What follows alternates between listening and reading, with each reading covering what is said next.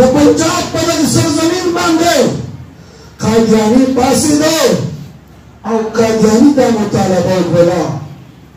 چا مطالبه وکړه؟ قادیاني دا مطالبه وکړه.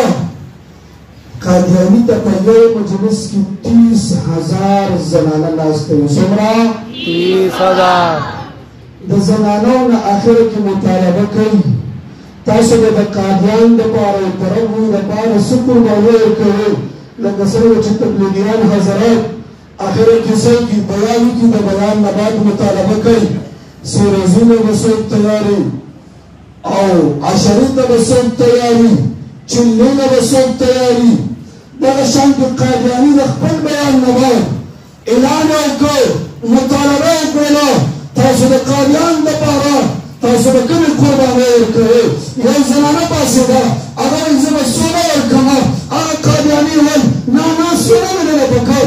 بله زنانه پاڅېده، هغه وایي زه به جیداد ورکومه. قادیاني وایي نه نه جیداد مې نه ده پکار. بله زنانه پاڅېده، هغه وایي چې زه څوک په دغې قادیان کې لګېږي هغې ته تیار یم. هغه قادیاني وایي نه مې سوله پکار ده، نه مې جیداد پکار دی، نه مې چاندي پکار ده، نه مې د چا مال دولت نقد پکار دی. مطالبه به زه کومه، زما مطالبه به منل کېږي. قادیان کې قادیاني مطالبه وکړله تاسو 30,000 لښکر 30,000 څومره زنانه راغلې وې د قادیان دپاره چې کومه مطالبه زه کوم هغه مطالبه به راسره منې او هغې وعدې واخیستې. هغې زنانه وویل او موږ د قادیان لپاره قربانۍ ورکوو. قادیاني ته یې ووایه څه مطالبه دې ده؟ قادیاني وویل د قادیان دپاره ستاسو په خلکو باندې چې کوم ماشومان دي یو یو ماشوم به قادیان ته وقف کوي.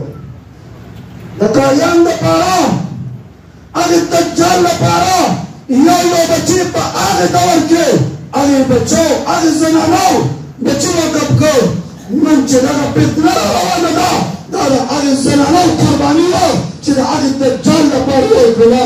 نن دغې دجال ته موږ د بارې باندې خلک ښایو چې دغې خلکو د هغې کذاب لپاره یو یو بچي وقف کړی دی. موږ د خپل پیغمبر د ناموس لپاره ټول بچي وقف کوو انشاءالله. وقف کوو انشاءالله. انشاءالله.